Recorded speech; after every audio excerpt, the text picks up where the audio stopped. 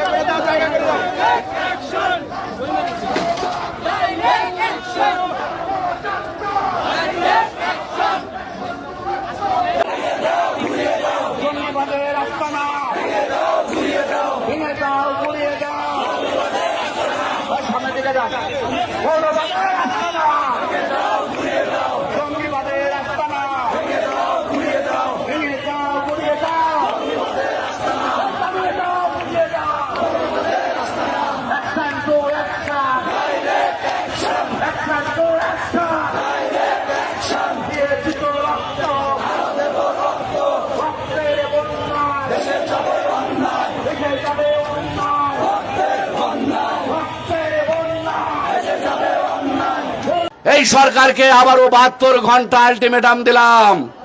এর মধ্যে যদি এই দুষ্কৃতিকারীদের গ্রেফতার করা না হয়, আমরা সনাতনী সম্প্রদায় আইনের প্রতি শ্রদ্ধাশীল হয়ে রবিবার ধর্ম মন্ত্রণালয় বরাবর আমরা স্মারকলিপি পেশ করব। বন্ধুরা আমার, সোমবার মাননীয় স্বরাষ্ট্রমন্ত্রী বরাবর আমরা স্মারকলিপি পেশ করব।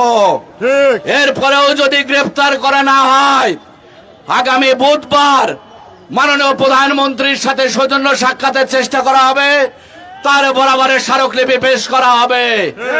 এরপরেও যদি এই দুষ্কৃতিকারীদের গ্রেফতার করা না হয়, আগামী শুক্রবার সারা বাংলাদেশের সকল সংগঠনের সমন্বয়ে এই ব্যানারে মিটিং করে আগামী শনিবার সংবাদ সম্মেলনের মাধ্যমে কঠোর কর্মসূচির ঘোষণা করা হবে।